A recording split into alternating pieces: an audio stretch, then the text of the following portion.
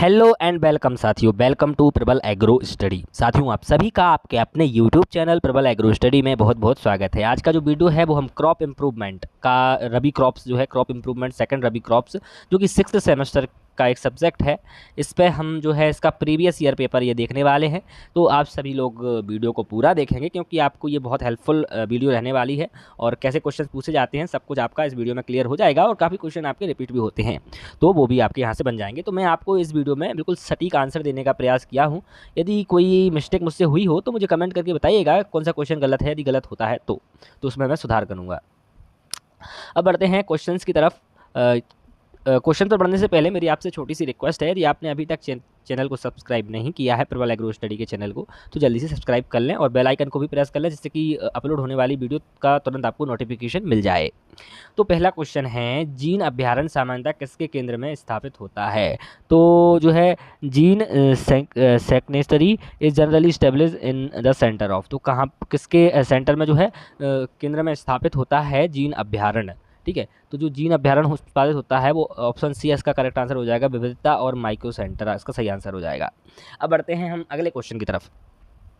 नमी की कमी की स्थिति में सामान्य वृद्धि और विकास दिखाने वाले पौधे की प्रजातियों को कहा जाता है? तो क्या कहा जाता है नमी की कमी की स्थिति में सामान्य वृद्धि दिखाने वाले, जो कि नमी की कमी भी हो, पानी की कमी हो तो भी वे सामान्य वृद्धि अपनी दिखाते हैं? तो हाइड्रोपोनिक कहलाएंगे या जीरोफाइट पौधे कहलाएंगे या ऑक्जिलोफाइट कहलाएंगे या हेलोफाइट कहलाएंगे? तो इसका सही आंसर हो जाएगा वो हो जाएगा आपका ऑप्शन बी, जीरोफाइट, जो कि आपके रेगिस्तानी इलाकों में पाए जाते हैं। जैसे कि अपना राजस्थान का जो जैसलमेर ज़िला है वहाँ पर सबसे ज़्यादा अपने देश में पाए जाते हैं। डिजर्ट्स जिसको हम बोलते हैं, रेगिस्तान जो पाए जाते हैं वहाँ पर जीरोफाइट पौधे पाए जाते हैं क्योंकि वहाँ पर पानी की काफ़ी कमी देखी जाती है। The term ideotype was coined bye, तो जो आइडियोटाइप शब्द है वो डोनाल्ड ने 1968 में किस पर काम करते हुए दिया? The term ideotype was coined bye Donald in 1968 working on, तो किस पर काम करते हुए दिया उन्होंने, ये आपसे पूछा गया है। यहाँ से आपका एक क्वेश्चन ये बनता है कि 1968 में दिया, ठीक है, किसने दिया? डोनाल्ड ने दिया क्या आइडियोटाइप वर्ड शब्द? तो ये गेहूँ इसका सही आंसर हो जाएगा। गेहूँ पर उन्होंने काम करते हुए ये दिया है, आपको याद रखना है। बढ़ते हैं हम अगले क्वेश्चन की तरफ। तो अजैविक कारकों में शामिल है, तो देखिए ये आपके काफ़ी महत्वपूर्ण है, एक क्वेश्चन जरूर बनेगा आपका।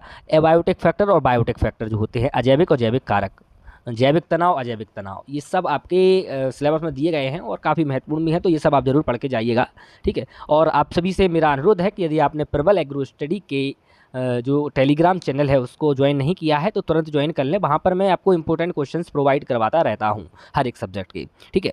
तो टेलीग्राम जरूर ज्वाइन कर लेना, लिंक मैं दे दूंगा। तो अजैविक कारकों में क्या शामिल है? लवणता, क्षारीयता, अम्लता, शीत, पाला, सूखा, गर्मी, salinity, alkalinity, acidity, cold frost, drought, heat. तो जो आपका जो एबायोटिक फैक्टर है, जो अजैविक कारक है, उनमें उपरोक्त तो सभी हो जाएगा, ऑल ऑफ द एबव आपका इसका सही आंसर हो जाएगा। अब बढ़ते हैं हम अगले क्वेश्चन की तरफ। पहला कृत्रिम संकर किसने बनाया था? तो पहला जो आपका कृत्रिम संकर था, who produced the first artificial hybrid, तो पहला जो आर्टिफिशियल हाइब्रिड था वो किसने बनाया था? थॉमस फेयरचाइल्ड ने बनाया था, ठीक है, या बिलमोरिन ने बनाया था, या निल्सन एहले ने बनाया था, या जॉनसन ने बनाया था? तो इसका जो सही आंसर हो जाएगा साथियों वो हो जाएगा आपका ऑप्शन नंबर ए, यानी थॉमस फेयरचाइल्ड ने इसको बनाया था, याद रखिएगा। अब हम बढ़ते हैं अगले क्वेश्चन की तरफ। तो अगला क्वेश्चन है हमारा, pseudo heterosis is also known as, असत्य संकर ओज को डॉट डॉट डॉट के रूप में भी जाना जाता है। तो किस रूप में जाना जाता है स्यूडो हेटेरोसिस को? तो स्यूडो हेटेरोसिस को जो हम जानते हैं वो हेटेरो वेल्टियोसिस से जानते हैं, लेग्जूरियंस के नाम से जानते हैं, या एवरेज हेटेरोसिस के नाम से जानते हैं, औसत संकरोज, या यूजफुल हेटेरोसिस उपयोगी संकरोज। तो इसका सही आंसर जो होने वाला है 6 का सही आंसर बी है, लग्जूरियंस से इसको जाना जाता है स्यूडो हेटेरोसिस को, ठीक है, स्यूडो असत्य संकरोज को, याद रखिएगा। इंपॉर्टेंट प्रश्न है, रिपीट हो सकता है आपके एग्जाम में। Characteristics of plant in response to abiotic stress, तो अजैविक तनाव की अनुक्रिया में पौधे के लक्षण क्या हैं? तो एपिनास्टी, नमक सहिष्णुता, बाधा, या उपरोक्त में से कोई नहीं। तो अजैविक तनाव में क्या हो जाएगा आपका? तो इसका जो सही आंसर है वो है आपका option number B, option number B मतलब आपका नमक सहिष्णुता, ठीक है। अब बढ़ते हैं हम अगले क्वेश्चन की तरफ। हाल ही में हाल के दिनों में उन्नत किस्मों को डॉट डॉट डॉट के रूप में जाना जाता है। Improved cultivars of the recent past are known as, यानी कि आज से कुछ समय पहले जो कल्टीवेशन की जाती थी जिन प्रजातियों का, तो अब उनको किस नाम से जाना जाता है, यानी कि अब तो उनका नहीं किया जाता है, पहले किया जाता था, आज से लगभग मान के चलिए 50 साल पहले। तो उनको क्या कहेंगे हम, उसको हम कहेंगे ऑब्सोल्यूट, अप्रचलित खेती या ऑब्सोल्यूट कल्टीवेटर्स, कल्टीवर्स उसको हम बोलते हैं। बढ़ते हैं अगले क्वेश्चन की तरफ। अगला प्रश्न है अगला और 9वां प्रश्न है कि आइडियोटाइप ब्रीडिंग, मतलब आइडियोटाइप ब्रीडिंग जो है, breeding has significantly contributed to enhanced. तो आइडियोटाइप प्रजनन ने डॉट डॉट डॉट को बढ़ाने में योगदान, महत्वपूर्ण योगदान दिया है। तो किसको बढ़ाने में दिया है, तो कीट पीड़क को या बीड या खरपतवार को, ईल्ड या पैदावार को, डिसीज या बीमारी को। देखो आप क्वेश्चन, इस क्वेश्चन को 9वें क्वेश्चन को आप केवल ऑप्शन देख के भी कर सकते हैं, आपको पता भी नहीं होगा तो तो इसमें क्या योगदान हो सकता है, आइडियोटाइप प्रजनन में क्या बढ़ाने के लिए, कीट बढ़ाने के लिए थोड़ी हम कुछ करेंगे, कोई भी प्रजनन कुछ भी करेंगे, इंप्रूवमेंट करेंगे तो कीट के लिए थोड़ी करेंगे, खरपतवार बढ़ाने के लिए भी नहीं करेंगे, बीमारी बढ़ाने के लिए भी नहीं करेंगे, ठीक है। तो ये आपका एलिमिनेट होकर आपका सी आंसर ऑटोमेटिक हो जाएगा, पैदावार इसका सही आंसर हो जाएगा, याद रखिएगा। बढ़ते हैं अगले क्वेश्चन की तरफ। जर्म प्लाज्म संग्रह में अत्यधिक अनुवांशिक भौतिक लक्षणों की recording co dot dot dot कहा जाता है, मतलब recording of highly heritable phenotypic character in germ plasm collection is called. तो क्या कहते हैं हम इसको, क्रायो प्रिजर्वेशन बोलते हैं या एक्सटिंक्शन बोलते हैं, जैव विविधता या निरूपण, क्रायो प्रिजर्वेशन, एक्सटिंक्शन, बायोडाइवर्सिटी या कैरेक्टराइजेशन। तो इसको जो हम बोलते हैं, ऑप्शन 10 का आपका ऑप्शन डी हो जाएगा, इसको हम निरूपण या कैरेक्टराइजेशन बोलते हैं। किसको बोलते हैं, जर्म प्लाज्म संग्रह की अत्यधिक आनुवांशिक भौतिक लक्षणों की रिकॉर्डिंग को हम बोलते हैं कैरेक्टराइजेशन या निरूपण। अगला क्वेश्चन है crossing of plant, crossing of plant through fusion of somatic cell i.e. Protoplasm is called, यानी दैहिक कोशिका यानी प्रोटोप्लास्ट के संलयन के माध्यम से पौधों को क्रॉस कराना क्या कहलाता है, क्या कहलाता है, का दैहिक संकरण, सोमैटिक हाइब्रिडाइजेशन, दूरस्थ संकरण, डिस्टेंट हाइब्रिडाइजेशन, प्लांट हाइब्रिडाइजेशन, पौध संकरण, ऑल ऑफ द अबव उपरोक्त सभी। तो इसका जो सही आंसर आपका हो जाएगा, क्वेश्चन नंबर 11 का जो सही आंसर होगा वो हो जाएगा आपका ऑप्शन नंबर ए, यानी दैहिक संकरण, सोमैटिक हाइब्रिडाइजेशन। अब बढ़ते हैं हम अगले क्वेश्चन की तरफ। A two line system of hybrid seed production based on, तो संकर बीज उत्पादन की 2 लाइन प्रणाली आधारित है, ए और बी लाइन पर आधारित है, ए एवं आर लाइन पर, या बी एवं आर लाइन, या उपरोक्त में से कोई नहीं। तो ये कुछ क्वेश्चन ऐसे हैं कि आपके कन्फ्यूजन में रहते हैं, तो आपको लगे कि कोई किसी का मैं आंसर आपको गलत दे रहा हूँ तो आप कमेंट जरूर कीजिएगा, बताइएगा कि इसका गलत है आंसर, क्योंकि हो जाता है कई बार, ठीक है, बताने में एक आध 2 क्वेश्चन का आंसर गड़बड़ हो सकता है, लेकिन मैंने एक्यूरेट आपको 100% मैंने डबल क्रॉस वेरीफाई किया है आंसर, जो मैं आंसर आपको बता रहा हूँ डबल क्रॉस वेरीफाई करके, इंटरनेट से जो मुझे बुक्स में मिला, बुक से डबल क्रॉस वेरीफाई करके आपके सामने लाया हूँ, ठीक है। तो संकर बीज उत्पादन की 2 लाइन प्रणाली आधारित है, तो किस पर आधारित है, तो क्वेश्चन नंबर 12 का आपका बी आंसर हो जाएगा, ए एवं आर लाइन पर आधारित है, ए एंड आर लाइन, इसका बी ऑप्शन करेक्ट हो जाएगा। In male sterility system, in male sterility system B line is an isogenic line of, यानी नरबंधता प्रणाली में बी लाइन की एक समद्विबाहु लाइन होती है। तो क्या होती है को बताना है, ए लाइन होती है या आर लाइन होती है, या बहुत ए एंड बी हो जाएगा, या नन ऑफ द एबव, ठीक है। तो इसका सही आंसर जो हो जाएगा आपका 13 का, क्वेश्चन नंबर 13 यानी 13 का सही आंसर ऑप्शन बी हो जाएगा, आर लाइन, ठीक है। अगला प्रश्न है जैविक या पर्यावरणीय कारकों के कारण फसल वृद्धि के लिए बाधा, प्रभाव, बल, दबाव या प्रतिकूल परिस्थितियां क्या है, मतलब the constraint, influence, force, pressure और adverse conditions for crop growth caused by biological और एनवायरमेंटल फैक्टर्स। तो क्या हो जाएगा आपका तनाव, स्ट्रेस होगा, या जैविक तनाव, बायोटिक स्ट्रेस होगा, एबायोटिक स्ट्रेस हो जाएगा, जैविक तनाव, या ऑल ऑफ द अबव उपरोक्त सभी हो जाएगा। तो इसका जो सही आंसर आपका होने वाला है क्वेश्चन नंबर 14 यानी 14 में का सही आंसर हो जाएगा ऑप्शन डी उपरोक्त सभी, यानी जैविक या पर्यावरणीय कारणों के कारण फसल वृद्धि में बाधा, प्रभाव, बल, दबाव या प्रतिकूल परिस्थितियां आती हैं। तो इन तीनों के कारण आती हैं तनाव, जैविक तनाव, अजैविक तनाव, इनके कारण आपकी आती हैं। Source of drought resistant is, तो सूखा प्रतिरोध का स्रोत क्या है।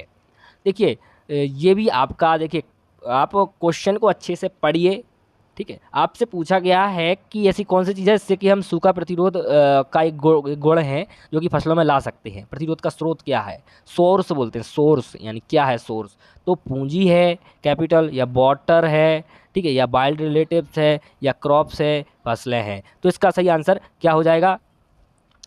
तो इसका सही आंसर हो जाएगा, देखिए ये जैसा कि मैंने बताया था आपको कि ये आपका जो है आपका एलिमिनेट हम इसको कर सकते हैं, क्योंकि पूंजी से तो कोई सूखा का प्रतिरोध विकसित होगा नहीं, कोई स्रोत है नहीं। ठीक है, पानी से तो हम जो है पानी की आपूर्ति कर सकते हैं, सूखा को मिटा सकते हैं, प्रतिरोध उसमें उत्पन्न नहीं कर सकते हैं। फसलें तो क्या ही होता है, तो इसका सही आंसर हो जाएगा जंगली प्रजाति से हम इसको कर सकते हैं, वाइल्ड रिलेटिव जिसको हम बोलते हैं। ऑप्शन सी करेक्ट आंसर हो जाएगा। अब बढ़ते हैं अगले क्वेश्चन की तरफ।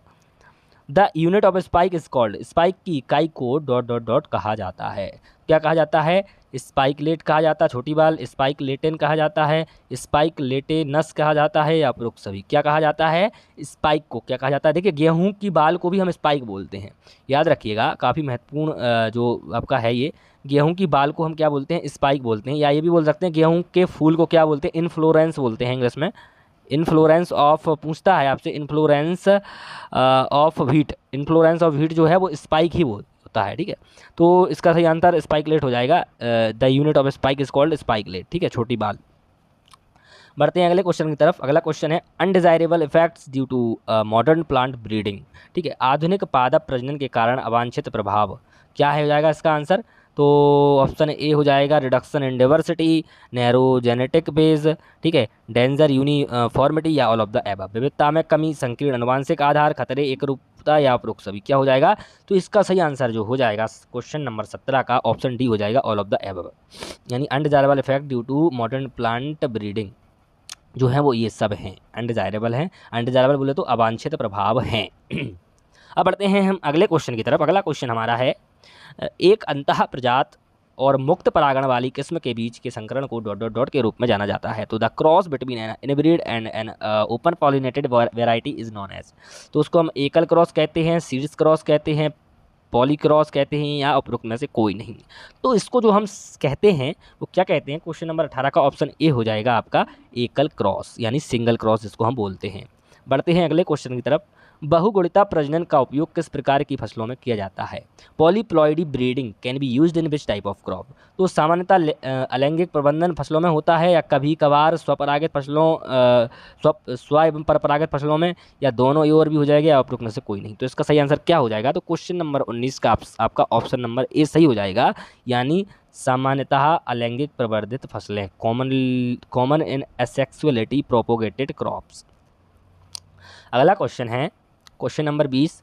इन synthetic varieties heterosis is exploited, यानी संश्लेषित प्रजातियों में संकर ओज विस्फोटक होता है। तो क्या होता है? सही आंसर क्या हो जाएगा इसका? आंशिक रूप से, पूर्ण रूप से, दोनों, या इनमें से कोई नहीं। Partially, fully, both A and B, and of the above. तो सही आंसर हो जाएगा इसका सही आंसर हो जाएगा वो हो जाएगा आपका ऑप्शन नंबर ए, यानी पार्शियली या आंशिक रूप से।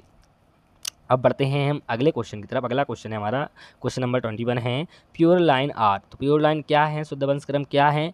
विषम युग्मजी और विषमांगी हैं।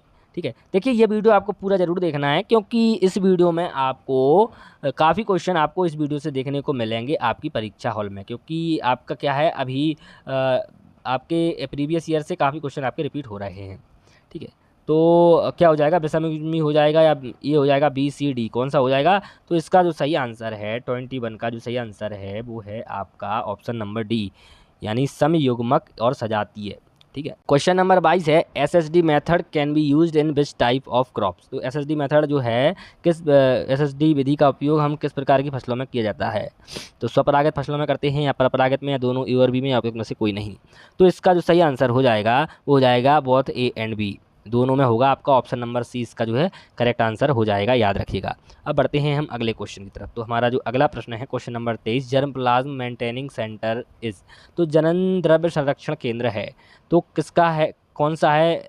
सीड बैंक है, या IIPR है, या NBPGR है, या नन ऑफ द एबव, में से कोई नहीं है। तो क्या हो जाएगा? तो इसका जो सही आंसर हो जाएगा वो हो जाएगा आपका NBPGR, यानी हो जाएगा। ये आपका न्यू दिल्ली में स्थित है, ये भी याद रखना, ये आपका न्यू दिल्ली में स्थित है। NBPGR न्यू दिल्ली में ये आपका स्थित है, ये भी आपको याद रखना है। NBPGR पूछ सकता है आपसे, तो इसका आंसर NBPGR सी हो जाएगा। Breeding for moderate to high sucrose content and quality parameters like. ठीक है, तो उच्च सुक्रोज सामग्री और गुणवत्ता मानकों जैसे डॉट डॉट डॉट के लिए मॉडरेट प्रजनन है।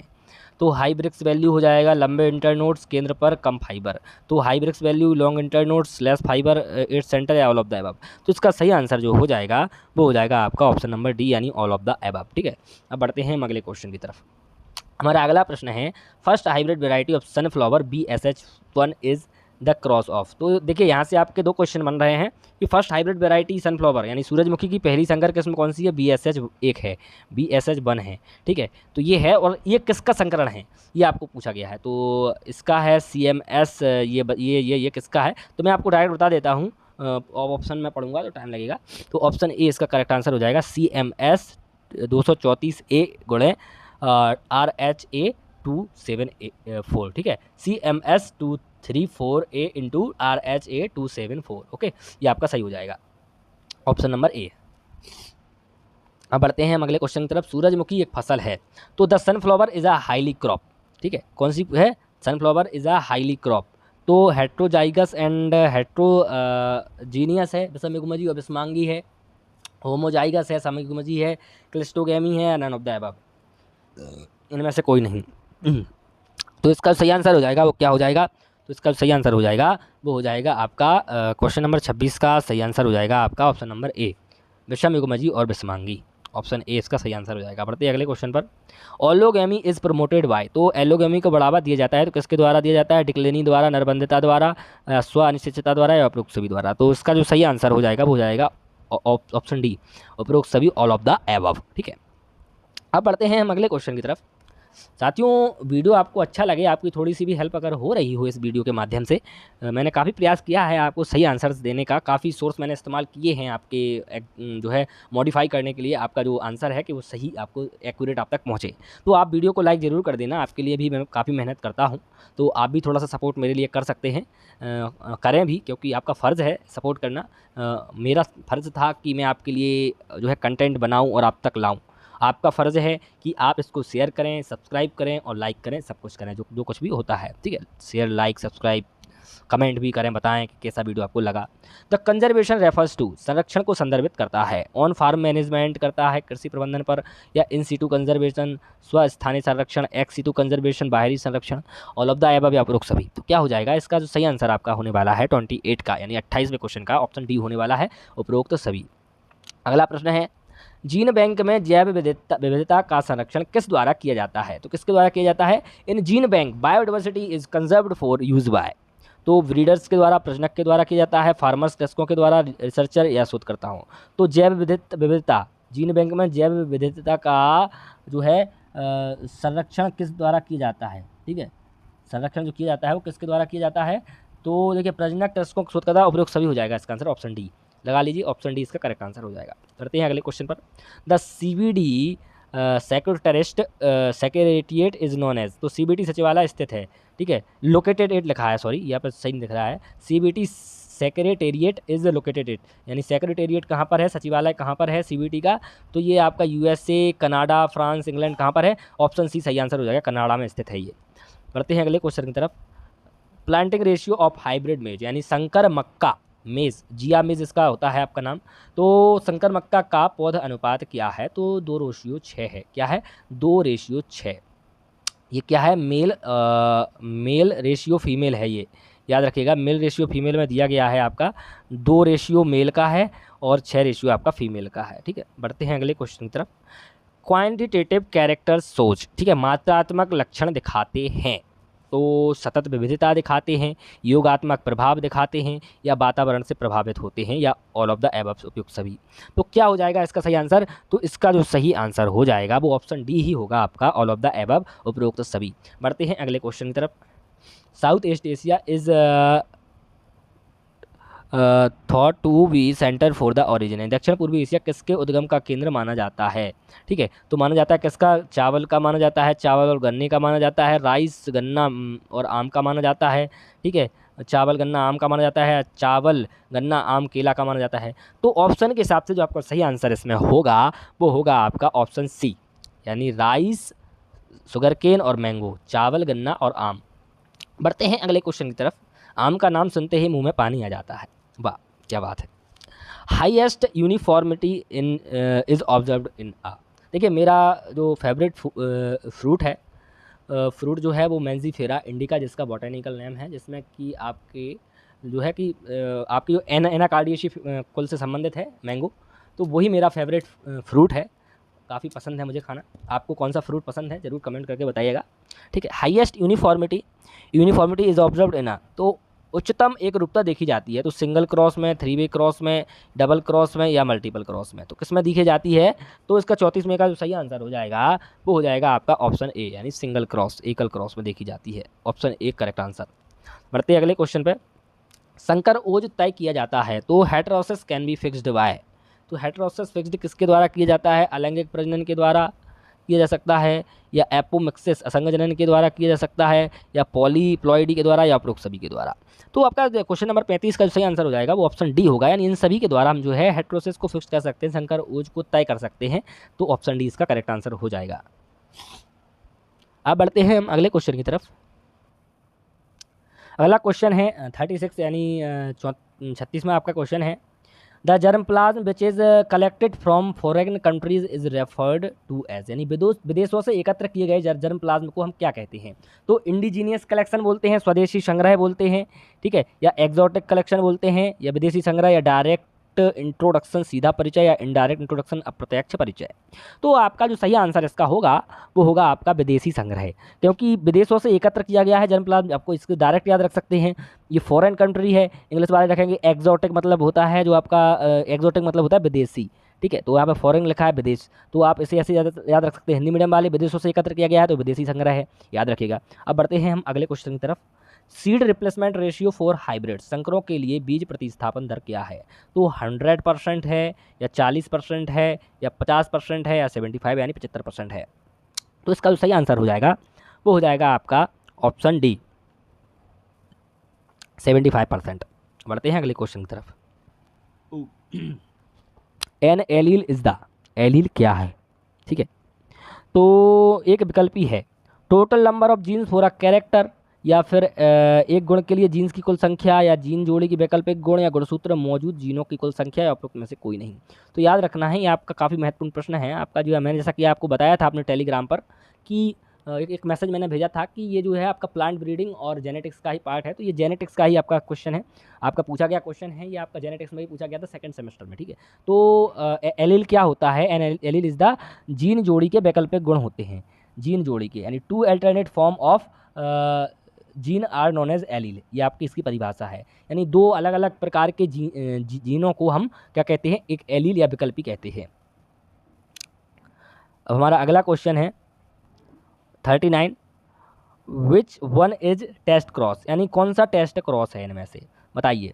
तो option A T into T, अब स्मॉल कैपिटल का खेल है इसमें, स्मॉल कैपिटल कैपिटल स्मॉल, ठीक है, ये है। तो इसमें आपको याद रखना है इसका सही आंसर क्या हो जाएगा। इसमें भी काफ़ी कन्फ्यूजन अलग अलग साइट पर अलग अलग दिया हुआ है, तो आपके लिए जो सही आंसर है वो ऑप्शन नंबर आपका हो जाएगा option D T into T, ठीक है, T small T capital T small T into small T, ये आपका सही आंसर हो जाएगा। अगले क्वेश्चन पर बढ़ते हैं। द डाई हाइब्रिड वाई, मतलब capital Y small Y capital R small R produces gametes of following kinds, कितने प्रकार के जो है डाई हाइब्रिड निम्नलिखित प्रकार के युग्मक उत्पन्न करता है? देखिए, आप हिंदी इंग्लिश दोनों में पढ़ा करिए क्वेश्चन को, आपको इंग्लिश नहीं आती कोई बात नहीं, पढ़ा कीजिए, लेकिन क्योंकि यहाँ पे देखिए ये एक्स्ट्रा पॉइंट आपको दिया गया है, यहाँ पे कुछ नहीं दिया गया है, ये बाई आर वाला, ठीक है, तो हो सकता है इससे आपको कुछ हेल्प मिल सके, आपने कुछ पढ़ा हो इससे रिलेटेड, ठीक है। तो इसका सही आंसर क्या हो जाएगा 40 का? तो 40 क्वेश्चन नंबर 40 का ऑप्शन सी हो जाएगा। 4 प्रकार के जो है युग्मक कितने होते हैं? 4, इसका आंसर सी हो जाएगा। Sum total of genes in a species is called, एक प्रजाति में कुल जीनों का योग क्या कहलाता है? ये आपके काफ़ी देखिए महत्वपूर्ण क्वेश्चन है, ऐसे ही क्वेश्चन आपके बार बार पूछे जाते हैं। तो जेनेटिक डिवर्सिटी, जेनेटिक वेरिएबिलिटी, या जीन पोल, या जीन बैंक। तो आनुवांशिक विविधता, आनुवांशिक परिवर्तनशीलता, जीन पोल या जीन बैंक, तो इसका सही आंसर हो जाएगा आपका जीन पोल, ठीक है, option C. Sum total of genes in a species is called gene pool, याद रखिएगा, एक प्रजाति कुल जीनों का योग कहलाता है जीन पोल। तो the most effective method for the transfer of oligogenic character is, तो ओलिगोजेनिक लक्षणों के हस्तांतरण में किए गए सबसे प्रभावी तरीका कौन सा है? तो वंशावली पर प्रजनन है, या बल्क प्रजनन है, या बैक क्रॉस ब्रीडिंग है, ठीक है, या प्रतीक प्रजनन है या विघटनकारी मीटिंग है। तो इसका सही आंसर क्या हो जाएगा? तो 42 का आपका सही आंसर ऑप्शन सी हो जाएगा, बैक क्रॉस ब्रीडिंग या प्रतीप प्रजनन। हिंदी वाले ऐसे शब्द जो है इंग्लिश में भी याद जरूर रखें, क्योंकि यहाँ पे हो सकता है इसको ना दे के आपको बैक क्रॉस ब्रीडिंग ही लिख के दे दे, या हिंदी में भी बैक क्रॉस ब्रीडिंग लिख के दे दे। तो आपने तो प्रतीक प्रजनन पढ़ रखा है, तो क्या आप करेंगे? तो टेक्निकल टर्म पढ़ना काफ़ी महत्वपूर्ण हो जाता है हिंदी मीडियम के सभी छात्रों के लिए। अब 43 पे आते हैं। क्वेश्चन नंबर 43 है, एक किस्म जैसे सभी संभावित संयोजनों में अच्छी GCA के साथ कई अंतः प्रजात को मिलाकर विकसित किया जाता है और F1 क्रॉस के बीच के समान मात्राएं मिलाकर विकसित किया जाता है, क्या कहलाता है? देखिए इसका जो आपका जो इसका सही आंसर हो जाएगा वो हो जाएगा आपका 43 का सही आंसर हो जाएगा option number B, composite variety या मिश्रित किस्म इसको हम बोलते हैं। बढ़ते हैं अगले क्वेश्चन की तरफ। The primary centre of origin exhibits, यानी उद्गम का प्राथमिक केंद्र, यानी जो आपका उत्पत्ति स्थान होता है उसको उद्गम स्थल बोलते हैं। उद्गम का प्राथमिक केंद्र प्रदर्शित करता है मोर डाइवर्सिटी या अधिक विविधता, लेस डाइवर्सिटी या कम विविधता, नो डाइवर्सिटी कोई विविधता नहीं, या उपरोक्त सभी। तो क्या आंसर हो जाएगा इसका सही आंसर हो जाएगा अधिक विविधता, क्योंकि जो जहाँ का है वो वहाँ अपनी अलग अलग प्रकार की प्रजातियाँ उसकी पाई जाती हैं, तो अधिक विविधता वहाँ पर पाई जाती है। The first step in genetic improvement of a plant species is, किसी पादप प्रजाति के आनुवांशिक सुधार की दिशा में पहला कदम है, तो क्या है? तो इसका जो हो जाएगा सही आंसर वो डोमेस्टिकेशन ग्रामीण होगा, या सिलेक्शन या चयन होगा, या जन्मप्लाज्म कलेक्शन जनन द्रव्य संग्रह, या नन ऑफ द एबव, उपरोक्त में से कोई नहीं। तो इसका जो सही आंसर हो जाएगा वो हो जाएगा आपका ऑप्शन सी, यानी जन्मप्लाज्म कलेक्शन या जनन द्रव्य संग्रह। ऑप्शन सी इसका करेक्ट आंसर हो जाएगा। अब बढ़ते हैं अगले क्वेश्चन की तरफ।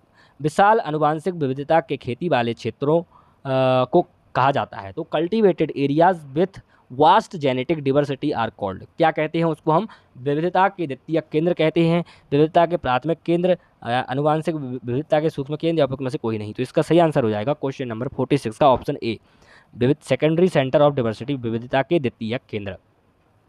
अब बढ़ते हैं हम अगले क्वेश्चन पर बढ़ते हैं। तो अगला प्रश्न है हमारा 47वां प्रश्न है, gene for gene hypothesis is also known as, तो जीन फॉर जीन परिकल्पना को ... के रूप में भी जाना जाता है। तो आपका फ्लोर हाइपोथेसिस होगा, या ओवर डोमिनेंस हाइपोथेसिस होगा, अति प्रभुत्व परिकल्पना, या डोमिनेंस हाइपोथेसिस प्रभुत्व परिकल्पना, ठीक है, या जीन पायरामाइडिंग यानी जीन पिरामिडिंग हो जाएगा। तो क्या हो जाएगा इसका सही आंसर? तो इसका सही आंसर हो जाएगा वो हो जाएगा आपका ऑप्शन नंबर ए, फ्लोर परिकल्पना या Flor hypothesis. The long lasting resistance is known as, तो लंबे समय तक चलने वाले प्रतिरोध को ... के रूप में हम जानते हैं। तो टिकाऊ प्रतिरोध, ठीक है, ड्यूरेबल रेसिस्टेंट, या हॉरिजॉन्टल क्षैतिज प्रतिरोध, वर्टिकल रेसिस्टेंट, ऊर्ध्वाधर प्रतिरोध, उपयोग सभी। तो क्या हो जाएगा? तो आपका इसका टिकाऊ प्रतिरोध या ड्यूरेबल रेसिस्टेंट जिसको हम बोलते हैं, ये इसका सही आंसर हो जाएगा। Main features of centres of diversity is are, तो जो है आपका विविधता के केंद्रों का मुख्य विशेषताएं क्या हैं विविधता के केंद्रों की? तो क्या हो जाएगा इसका सही आंसर? तो इसका सही आंसर हो जाएगा, आपको डायरेक्ट आंसर बता देता हूँ, इसे पढ़ने में थोड़ा टाइम लगेगा। ऑप्शन नंबर ए आपका सही आंसर हो जाएगा। उनके पास व्यापक आनुवांशिक विविधता होती है, they have wide genetic diversity, ठीक है। बढ़ते अगले क्वेश्चन पे। ये आपका लास्ट क्वेश्चन है। आपके एक पेपर में 50 क्वेश्चन ही पूछे जाते हैं।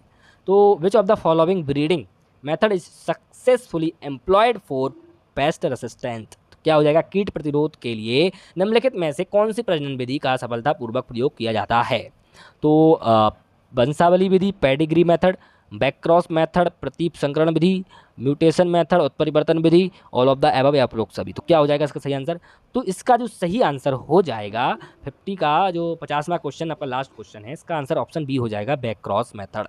Option number B will be the correct answer. तो आशा करता हूं कि आपकी इस वीडियो से काफ़ी हेल्प हुई होगी। अगर थोड़ी सी भी हेल्प हुई हो तो आप लोग वीडियो को लाइक कर देना, अधिक से अधिक शेयर कर देना, और चैनल को जितने लोग सब्सक्राइब नहीं किए हैं, आपको एग्रीकल्चर से रिलेटेड सब कुछ इस चैनल पर मिलने वाला है। जॉब से रिलेटेड अपडेट्स आपको इस पर मिलती रहेंगी और बहुत कुछ आपको इस पर मिलने वाला है। तो जल्दी से आप लोग सब्सक्राइब जरूर कर लेंगे, ठीक है। धन्यवाद साथियों, best of luck for your exam. अच्छे से अपनी तैयारी को कीजिए। धन्यवाद।